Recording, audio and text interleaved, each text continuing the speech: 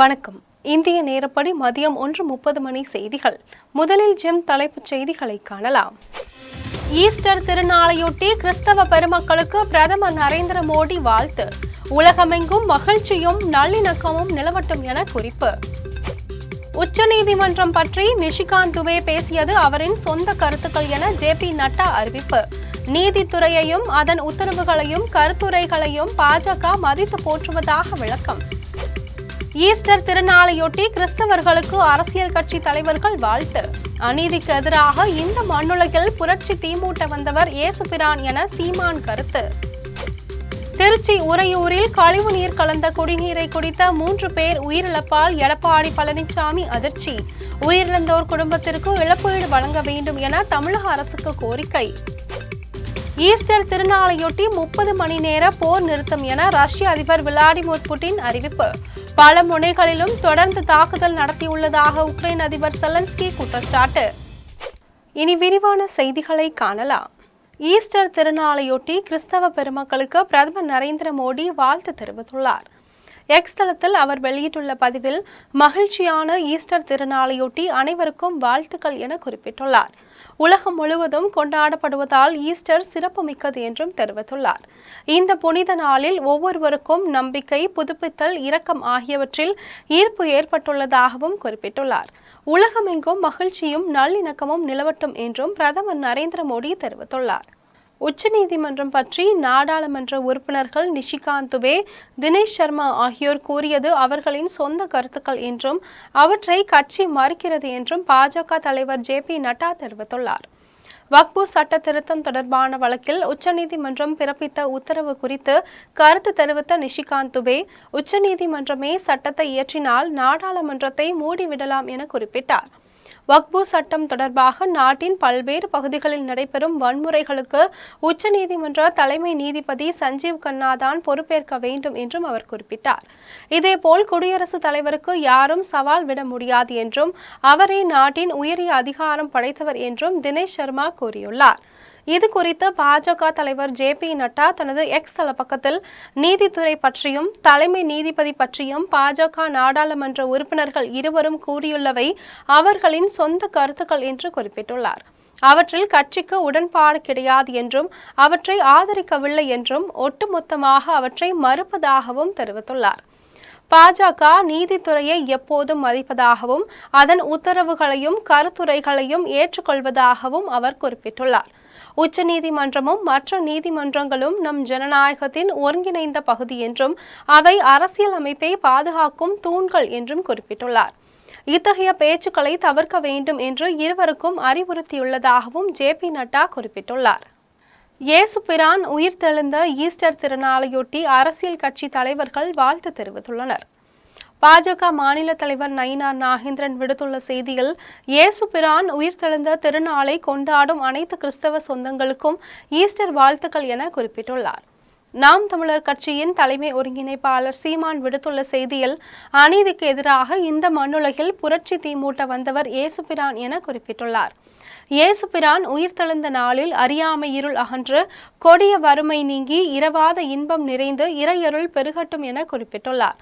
தமிழக வெற்றி கழக தலைவர் விஜய் விடுத்துள்ள செய்தியில், அன்பு, கருணை, மனிதநேயம், சகோதரத்துவம், தியாகம் ஆகியவற்றை மனித குலத்துக்கு போதித்த இயேசு கிறிஸ்து உயிர்த்தெழுந்த நாளாக ஈஸ்டர் திருநாளை உவகையுடன் கொண்டாடும் அனைவருக்கும் நல்வாழ்த்துக்கள் என குறிப்பிட்டுள்ளார். திருச்சி உறையூரில் கழிவுநீர் கலந்த குடிநீரை குடித்ததால் 3 பேர் உயிரிழந்ததும் 50க்கும் மேற்பட்டோர் பாதிக்கப்பட்டுள்ளதும் அதிர்ச்சி அளிப்பதாக அதிமுக பொதுச் செயலாளர் எடப்பாடி பழனிசாமி தெரிவித்துள்ளார். அவர் வெளியிட்டுள்ள அறிக்கையில், 15 நாளாக குடிநீரில் பிரச்சனை இருப்பதாக மக்கள் புகார் அளித்தும் திமுக அரசும் மாநகராட்சியும் எந்த நடவடிக்கையும் எடுக்காததன் விளைவாகவே உயிரிழப்பு ஏற்பட்டுள்ளதாக குறிப்பிட்டுள்ளார். மக்களுக்கு மிகவும் இன்றியமையாத குடிநீரை கூட தூய்மையாக கொடுக்க முடியாத அரசு இருந்து என்ன பயன் என வினவியுள்ளார். இந்த உயிரிழப்புகளுக்கு திமுக அரசு பொறுப்பேற்க வேண்டும் என்றும் உயிரிழந்தோர் குடும்பத்தாருக்கு இழப்பீடு வழங்க வேண்டும் என்றும் தமிழ்நாடு முழுவதும் தூய்மையான குடிநீரை வழங்க வேண்டும் என்றும் எடப்பாடி பழனிசாமி வலியுறுத்தியுள்ளார். ஈஸ்டர் திருநாளையொட்டி போர் நிறுத்தம் அறிவித்துள்ள நிலையில் அதை மீறி ரஷ்யா தொடர்ந்து தாக்குதல் நடத்தியுள்ளதாக உக்ரைன் அதிபர் செலன்ஸ்கி குற்றம் சாட்டியுள்ளார். உக்ரைனில் தொடர்ந்து 3 ஆண்டுகளாக ரஷ்யா போரிட்டு வருகிறது. இந்நிலையில் ஈஸ்டர் திருநாளையொட்டி 30 மணி நேர போர் நிறுத்தம் செய்வதாக ரஷ்ய அதிபர் விளாடிமிர் புதின் அறிவித்திருந்தார். அந்த உறுதிமொழியை மீறி ரஷ்யா பல இடங்களில் தாக்குதல் நடத்தியுள்ளதாகவும் ரஷ்யாவின் பேச்சை நம்ப முடியாது என்றும் உக்ரைன் அதிபர் செலன்ஸ்கி தனது எக்ஸ் தள பக்கத்தில் குறிப்பிட்டுள்ளார். மதுரையில் 32 புதிய பேருந்துகளை போக்குவரத்து துறை அமைச்சர் சிவசங்கர் கொடியசைத்து தொடங்கி வைத்தார். மதுரையில் அரசு போக்குவரத்து கழகத்தின் சார்பில் புதிய பேருந்துகள் இயக்ககம் மற்றும் கருணை அடிப்படையில் பணி நியமன ஆணைகள் வழங்கும் விழா நடைபெற்றது. அமைச்சர்கள் மூர்த்தி, பழனிவேல் தியாகராஜன் ஆகியோர் முன்னிலையில் நடைபெற்ற விழாவில் போக்குவரத்து துறை அமைச்சர் சிவசங்கர் பங்கேற்று 32 நகர பேருந்துகளை கொடியசைத்து தொடங்கி வைத்தார். போக்குவரத்து பணியாளர்களின் பிள்ளைகள் 60 பேருக்கு கருணை அடிப்படையில் பணி நியமன ஆணைகளையும் வழங்கினர். விழாவில் மாவட்ட ஆட்சியர் சங்கீதா, மேயர் இந்திராணி, மாநகராட்சி ஆணையர் சித்ரா விஜயன், அரசு போக்குவரத்து கழக மேலாண் இயக்குநர் இளங்கோவன் ஆகியோர் கலந்து கொண்டனர். குடியரசு துணைத் தலைவர் ஜெகதீப் தன்கர் உச்சநீதிமன்றத்தை அச்சுறுத்தும் வகையில் பேசியுள்ளதாக தமிழ்நாடு சட்டத்துறை அமைச்சர் ரகுபதி தெரிவித்துள்ளார். புதுக்கோட்டை மாவட்டம் ஆட்சியர் அலுவலகத்தில் மாற்றுத்திறனாளி நலத்துறை சார்பில் இணைப்பு சக்கரம் பொருத்தப்பட்ட ஸ்கூட்டர் வழங்கும் விழா நடைபெற்றது. ஆட்சியர் அருணா தலைமையில் நடைபெற்ற இந்த விழாவில் அமைச்சர் ரகுபதி கலந்து கொண்டு 139 மாற்றுத்திறனாளிகளுக்கு ஸ்கூட்டர்களை வழங்கினார். இந்த நிகழ்ச்சியில் சட்டமன்ற உறுப்பினர் முத்துராஜா, மேயர் திலகவதி, துணை மேயர் லியாகத் அலி ஆகியோர் கலந்து கொண்டனர். அப்போது செய்தியாளர்களிடம் பேசிய அமைச்சர் ரகுபதி, உச்சநீதிமன்றத்தை சுதந்திரமாக செயல்பட விடாமல் அச்சுறுத்தும் வகையில் குடியரசு துணைத் தலைவர் ஜெகதீப் தன்கர் பேசியுள்ளதாக தெரிவித்தார். அதாவது எந்த கட்சிக்காரங்களும் ஆட்சி மாற்றம் ஏற்படுவது நிச்சயம்னு சொன்னா தான் அவங்க கட்சிக்காரங்களை தக்க வச்சுக்க முடியும். ஆனால் ஆட்சி மாற்றம் எல்லாம் ஏற்படாது, காட்சி மாற்றமும் ஏற்படாது. எங்களுடைய மாண்புமிகு தமிழ்நாடு முதலமைச்சர் அவர்கள் 2026 கோட்டையிலே கொடியை ஆகஸ்ட் மாதம் கொடியும் ஏற்றுவார், முதலமைச்சராக பொறுப்பும் ஏற்றுவார். தமிழக முதலமைச்சர் மு.க.ஸ்டாலின் அமைச்சருடன் சேர்ந்து சிறைக்கு செல்வார் என பாஜக மூத்த தலைவர் ஹெச். ராஜா தெரிவித்துள்ளார். திண்டுக்கல் மாவட்டம் பழனியில் செய்தியாளர்களிடம் பேசிய அவர், பொய், புரட்டு, தகிடுதத்தம் என இருக்கும் ஒரே முதலமைச்சர் ஸ்டாலின் தான் என குறிப்பிட்டார். பொய்யும் புனைச்சுருட்டும் பேசுகின்ற ஒரு முதலமைச்சர், அதாவது தமிழகத்தின் துரதிருஷ்டம். உண்மை பேசுகிற நபர் இங்கே சீஃப் மினிஸ்டரா இல்லை, பொய்யும் புரட்டும். ஆமாம், நீட்டை பற்றி பேசுகிறீங்களே, அமித்ஷாஜி என்ன பண்ணுவார்? நீட்டை கொண்டு வந்த குற்றவாளி யார்? அப்போ நீட்டு தப்புன்னா அது செஞ்சது குற்றம். அந்த குற்றவாளி யார்? திமுக. ஏனென்றால் 2010 நீட்டு மசோதாவை பாராளுமன்றத்தில் முன்மொழிந்து பேசியது திராவிட முன்னேற்ற கழகத்தை சேர்ந்த காந்தி செல்வன். அதுக்கப்புறம் முதல் நீட் எக்ஸாமினேஷன் நடந்தது எப்ப? 2013. சோனியா காந்தி அவர்களும் கருணாநிதி அவர்களும் ஐக்கிய முற்போக்கு கூட்டணியை நடத்தினப்ப. வெக்கமா இல்ல? நான் கேட்கிறேன், இப்படி பொய்யும் புழுகும் டெய்லி பேசிட்டு இருக்க ஒருத்தர் முதலமைச்சரா? உங்களை எப்படி மக்கள் நம்புறது? உங்களை விட பொய்யன் சீஃப் மினிஸ்டர் ஸ்டாலினை விட பெரிய பொய்யன் யாராவது உண்டா? நீட்டை பத்தி பேசுறீங்க, யூ brought it. சரி, அதுக்கப்புறம் அது இப்ப செயல்பாட்டில் எதன் காரணமா இருக்கு? உச்ச நீதிமன்ற தீர்ப்பின் காரணம். ஆளுநரை அஞ்சல்காரர் என கூறுவது தமிழக முதலமைச்சருக்கு அழகல்ல என்று பாஜக மாநில தலைவர் நயினார் நாகேந்திரன் தெரிவித்துள்ளார். பழனி முருகன் கோவிலில் நயினார் நாகேந்திரனும் பாஜக மூத்த தலைவர் ஹெச். ராஜாவும் சாமி தரிசனம் செய்தனர். அதன் பின் அங்கிருந்து திண்டுக்கல்லுக்கு புறப்பட்டு சென்றனர். முன்னதாக செய்தியாளர்களிடம் பேசிய நயினார் நாகேந்திரனிடம் ஆளுநரை அஞ்சல்காரர் என முதலமைச்சர் ஸ்டாலின் கூறியுள்ளது பற்றி வினவப்பட்டது. அதற்கு பதிலளித்த அவர், ஆளுநர் என்பவர் மத்திய மாநில அரசுகளின் அங்கீகாரம் என தெரிவித்தார். ஆளுநர் ஒரு அரசாங்கத்தினுடைய ஒரு அங்கீகாரம். மாநில அரசுகள் தான் அதிகாரம் அதிகம் இருக்கிறது. அதை தபால்காரன் சொல்லி அந்த மாதிரி கொச்சைப்படுத்தி பேசுறது முதலமைச்சருக்கு அழகல்ல. வேற அதிமுகவினருடன் இணைந்து ஒன்றாக பயணிக்க வேண்டும் என்று கோவை மாவட்ட பாஜகவினருக்கு மாநில தலைவர் நயினார் நாகேந்திரன் அறிவுறுத்தியுள்ளார்.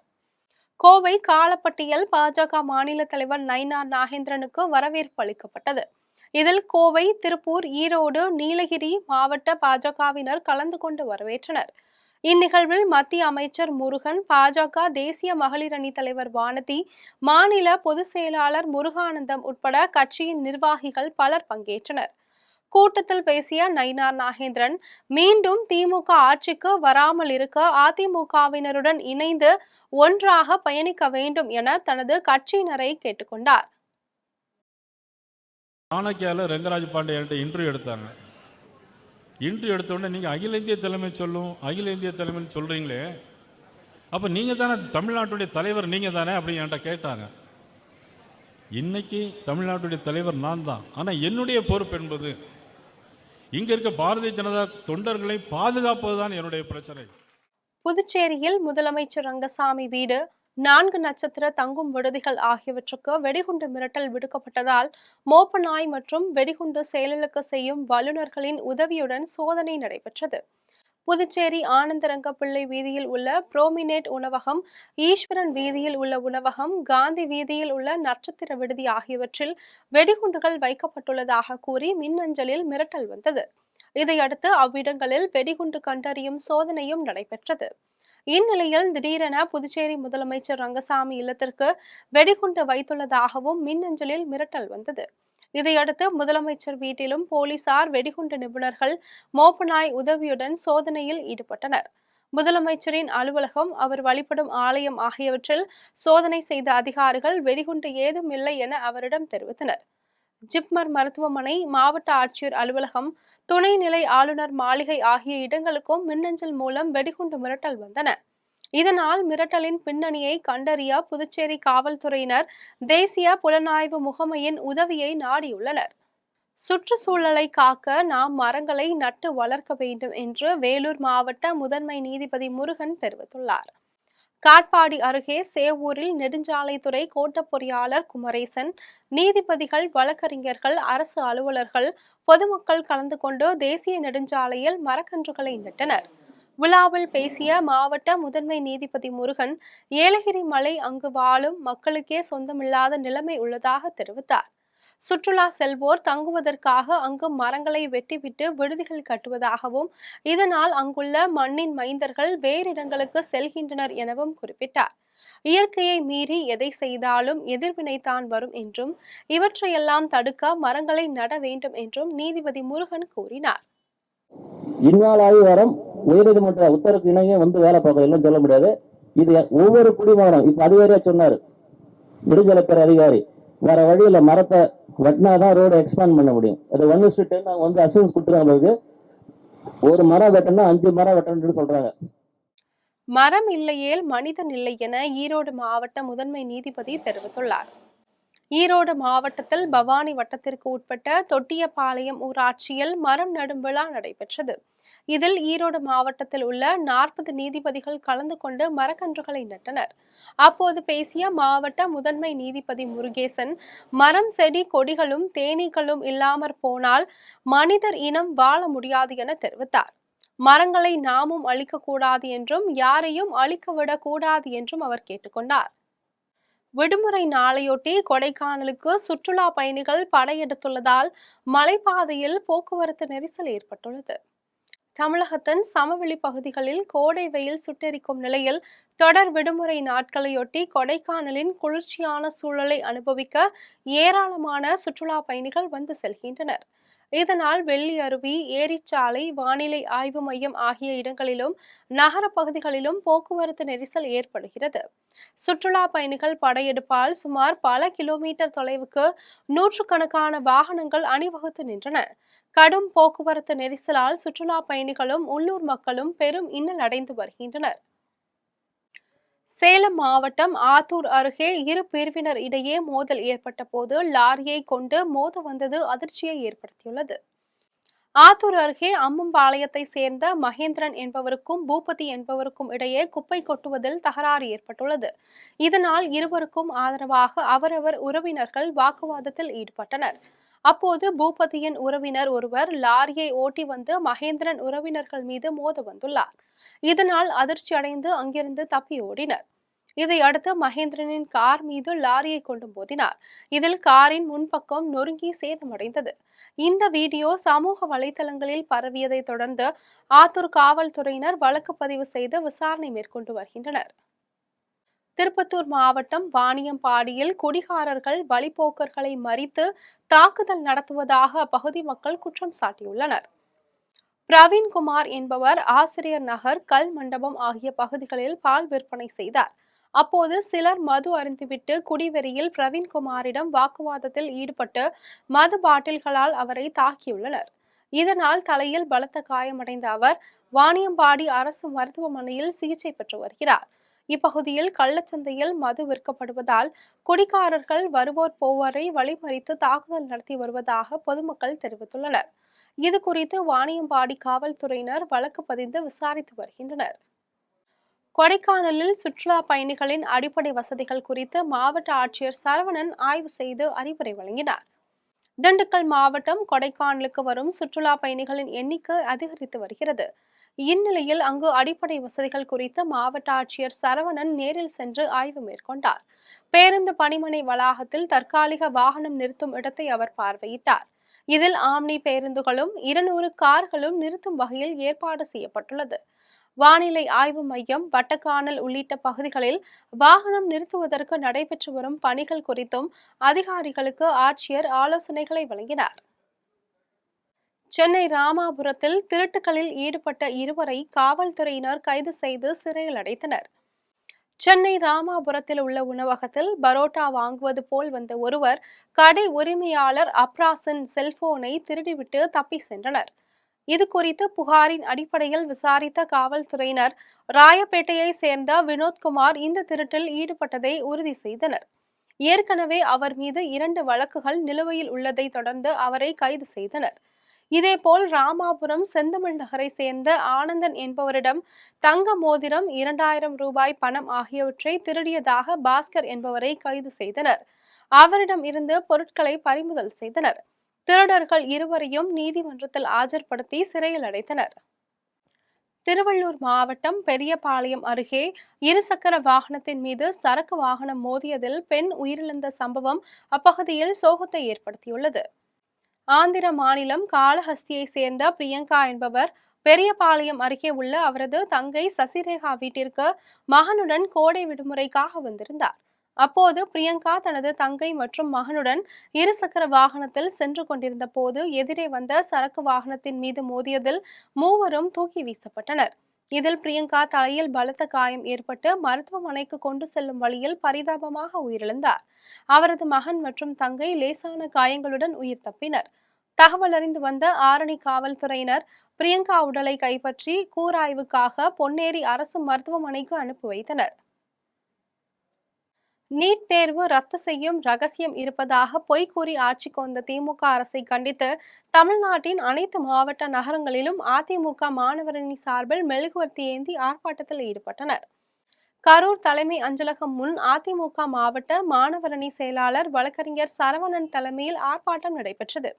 இதில் கரூர் மாவட்ட அதிமுக செயலாளரும் முன்னாள் அமைச்சருமான விஜயபாஸ்கர் உரையாற்றினார். ஆர்ப்பாட்டத்தின் நிறைவில் நீட் தேர்வு தோல்வியால் உயிர் நீத்த மாணவர்கள் 22 பேரின் உருவப்படத்திற்கு முன் மெழுகுவர்த்தியை வைத்து அஞ்சலி செலுத்தினர்.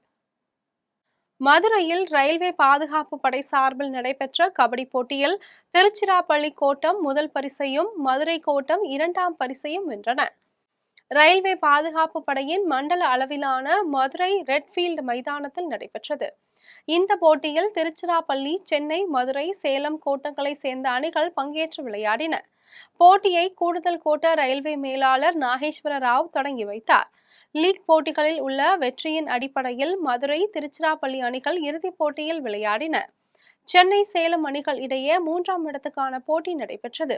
இந்த போட்டியில் முதலிடம் பெற்ற திருச்சிராப்பள்ளி அணிக்கும் 2ஆம் இடம் பெற்ற மதுரை அணிக்கும் கோட்ட ரயில்வே மேலாளர் சரத் ஸ்ரீவாஸ்தவா வெற்றி கோப்பைகளையும் சான்றிதழ்களையும் வழங்கினார். இயேசு உயிர்த்தெழுந்த திருநாளையொட்டி தமிழ்நாட்டின் பல்வேறு ஊர்களிலும் உள்ள தேவாலயங்களில் சிறப்பு வழிபாடு நடைபெற்றுள்ளது. தூத்துக்குடி திரு இருதய பேராலயத்தில் மறை மாவட்ட ஆயர் ஸ்டீபன் அந்தோணி தலைமையில் ஈஸ்டர் திருப்பலி நடைபெற்றது. இதில் கிறிஸ்தவர்கள் ஏராளமானோர் கலந்து கொண்டு மெழுகுவர்த்தி ஏந்தி சிறப்பு வழிபாடு செய்தனர். இயேசு உயிர்த்தெழும் நிகழ்ச்சி நிகழ்த்தி காட்டப்பட்டது. இதைத் தொடர்ந்து வான வேடிக்கையுடன் ஈஸ்டர் திருநாள் மகிழ்ச்சியுடன் கொண்டாடப்பட்டது. ராணிப்பேட்டை மாவட்டம் அரக்கோணம் தூய இருதய ஆண்டவர் பேராலயத்தில் பங்கு தந்தை ஆனந்தராஜ் தலைமையில் நள்ளிரவு தொடங்கி அதிகாலை வரை ஈஸ்டர் திருநாள் சிறப்பு வழிபாடு நடைபெற்றது. 3 நாட்கள் ஒலிக்காமல் இருந்த ஆலய மணி நள்ளிரவு 12 மணிக்கு ஒலித்தது. இதையடுத்து இயேசு உயிர்த்தெழுவது போல் ஆலய வளாகத்தில் காட்சி அமைக்கப்பட்டிருந்தது. இதில் சுற்றுப்பகுதிகளை சேர்ந்த கத்தோலிக்க கிறிஸ்தவர்கள் கலந்து கொண்டனர்.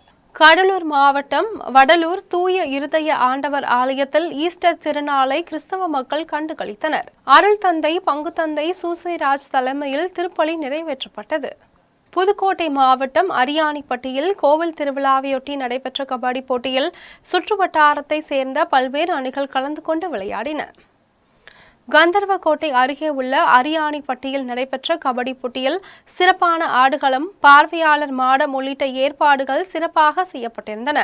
பல்வேறு ஊர்களை சேர்ந்த அணிகள் பங்கேற்ற இந்த போட்டியில் இளைஞர்கள் தங்கள் ஆட்டத்திறனை வெளிப்படுத்தினர். வெற்றி பெற்ற அணிகளுக்கும் சிறப்பு ஆட்டக்காரர்களுக்கும் பணப்பரிசும், மிதிவண்டி, கட்டல் மேசை ஆகிய பொருட்களும் வழங்கப்பட்டன. திருநெல்வேலி மாவட்டம் திசியன்விளை அருகே குமாரபுரம் ஆலடி பத்மநாப சுடலை மாடசாமி கோவில் கொடை விழா சிறப்பாக நடைபெற்றது. கொடை விழாவையொட்டி பகலில் பால்குட பவனி, கும்பாபிஷேகம், அலங்கார தீபாராதனை, அன்னதானம் ஆகியன நடைபெற்றன. இரவில் கணியான் கூத்து, வில்லிசை ஆகிய கலை நிகழ்ச்சிகள் நடைபெற்றன. நையாண்டி மேளம், செண்டை மேளம் முழங்க சுவாமிக்கு படையல் இடப்பட்டது. கொடை விழாவையொட்டி நெல்லை, குமரி, தூத்துக்குடி மாவட்டங்களில் இருந்தும் சென்னையில் இருந்தும் வந்திருந்த மக்கள் பொங்கலிட்டு வழிபாடு செய்தனர். மீண்டும் ஜெம் தலைப்புச் செய்திகள். ஈஸ்டர் திருநாளையொட்டி கிறிஸ்தவ பெருமக்களுக்கு பிரதமர் நரேந்திர மோடி வாழ்த்து. உலகமெங்கும் மகிழ்ச்சியும் நல்லிணக்கமும் நிலவட்டும் என குறிப்பு. உச்சநீதிமன்றம் பற்றி நிஷிகாந்த் துபே பேசியது அவரின் சொந்த கருத்துக்கள் என ஜேபி நட்டா அறிவிப்பு. நீதித்துறையையும் அதன் உத்தரவுகளையும் கருத்துரைகளையும் பாஜக மதித்து போற்றுவதாக விளக்கம். ஈஸ்டர் திருநாளையொட்டி கிறிஸ்தவர்களுக்கு அரசியல் கட்சி தலைவர்கள் வாழ்த்து. அநீதிக்கு எதிராக இந்த மண்ணுலகில் புரட்சி தீமூட்ட வந்தவர் இயேசுபிரான் என சீமான் கருத்து. திருச்சி உறையூரில் கழிவு நீர் கலந்த குடிநீரை குடித்த 3 பேர் உயிரிழப்பால் எடப்பாடி பழனிசாமி அதிர்ச்சி. உயிரிழந்தோர் குடும்பத்திற்கு இழப்பீடு வழங்க வேண்டும் என தமிழக அரசுக்கு கோரிக்கை. ஈஸ்டர் திருநாளையொட்டி 30 மணி நேர போர் நிறுத்தம் என ரஷ்ய அதிபர் விளாடிமிர் புட்டின் அறிவிப்பு. பல முனைகளிலும் தொடர்ந்து தாக்குதல் நடத்தியுள்ளதாக உக்ரைன் அதிபர் செலன்ஸ்கி குற்றச்சாட்டு. இத்துடன் ஜெம் செய்திகள் நிறைவடைகின்றன. மீண்டும் ஜெம் செய்திகள் மாலை 6 மணிக்கு.